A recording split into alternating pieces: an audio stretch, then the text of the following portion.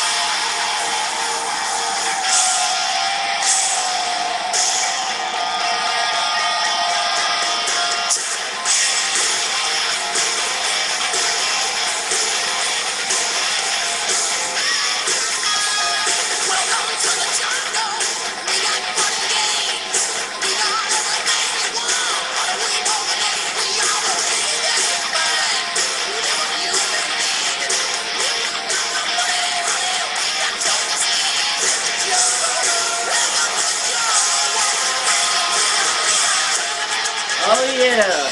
Alright, so yeah, that's my usual cue to come in. Got a text talking about got a text from B Woods saying he's a relationship expert is gonna talk about he's gonna bring in, I got a surprise. He says, I'm a mysterious guy, so I can't tell you. He can't tell the host what he's bringing. So, if he decides to bring in weapons, I'm gonna kill him. Welcome back. We are in a state of emergency in sports where there's a possibility that 2 leagues cannot be playing next year. Now, a lot of people think the All-Star game in baseball, having it count, having it matter, hurts the game of baseball. Makes people not appreciate the All-Star game. Well, I'm going to ask you this. Had this game not count for anything, would you watch? Would you have a reason? Would the players have a motivation to play the game?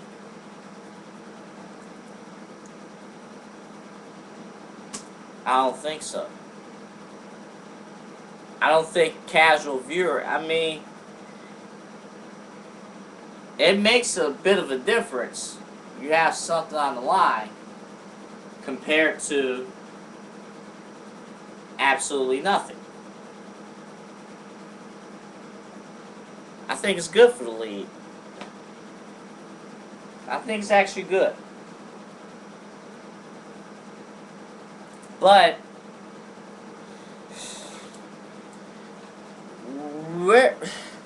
that's not where the problem is. The problem's not the addition of the division series, the addition of having home field advantage for your league in the All-Star game. That's not where the problem lies. The problem lies in 2 spots. The people believing that stats is the only thing that matters in baseball, 1.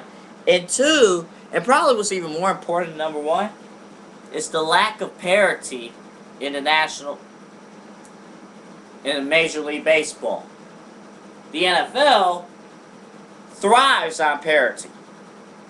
You see, the Super Bowl this year was between New Orleans and Indianapolis. New Orleans is a small market.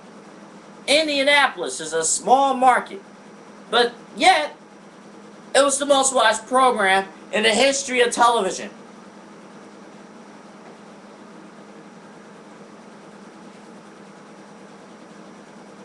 Now, pit Tampa Bay against San Diego in the World Series, which could very well happen. The Tampa Bay Rays against the San Diego Padres in the World Series. You think any casual fans that can give a rat's crap about baseball will watch that? You think a casual fan will watch a nameless Tampa Bay team versus a boring San Diego team?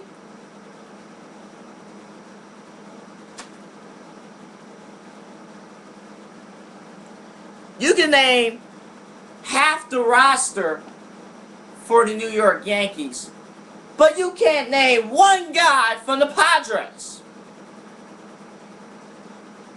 or from the Giants.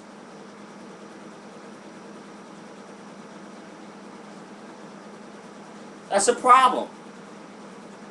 That's a problem with Major League Baseball.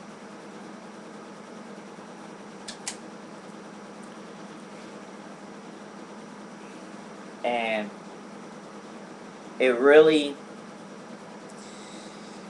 they're going to have this problem for years to come until you get completely new people to come in and understand that the way to market, you got to position these teams and position these players to the extent of every team has a chance.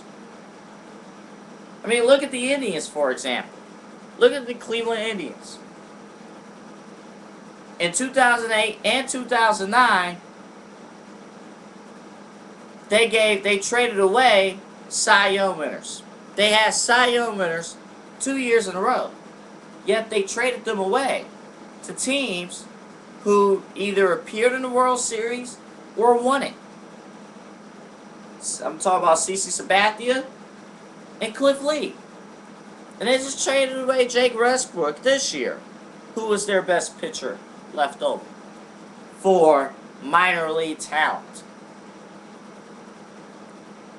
They traded away Jim Thome and traded away Manny Rodriguez, or Manny Ramirez. Again, I'm mixed up with Alex Rodriguez for some reason. Manny Ramirez. Why should team care? Why should fans even care about that team? Where essentially they're nothing more than a glorified minor league team. That if you get good, you're just going to be shipped off to the Yankees or the Phillies, one of those top 5 salary teams. Matter of fact, here's the list. Matter of fact, let me just name the top 5 teams in the salaries this year. Number 1, the New York Yankees.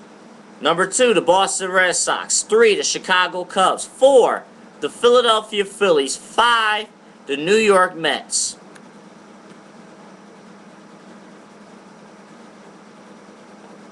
Now, let me read to you the bottom 5. The bottom 5. Number 26, the Florida Marlins. Oh, by the way, the Yankees, their payroll is $206,333,309. The average contract for a Yankee player is $8,253,336. That is the average contract for a Yankee player. But here's the bottom 5. Number 26, the Florida Marlins. 27, the Texas Rangers, who, by the way, actually, for once, is in a playoff chase. Number 28, the Oakland A's. 29, the San Diego Padres. Number 30, the Pittsburgh Pirates. The Pittsburgh Pirates' total salary, total payroll, is $34,943,000. Compare that to $206 million. $34,206,000. Yankees $206 million. Pittsburgh's $34 million. And the average contract for the Pittsburgh Pirate player, $1,294,185. Now, you say, well, Anthony Alf'Dawg, Texas, Oakland, and San Diego is in contention for the postseason. Oh, that's great.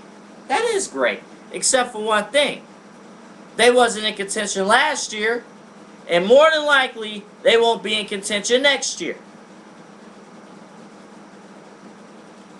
In the years that Florida won the World Series, that was because they lit up and managed to get free agent talent, which ultimately they couldn't afford after the years that they won their World Series titles, because they would shift off in the other teams, and Florida went back down to absurdity.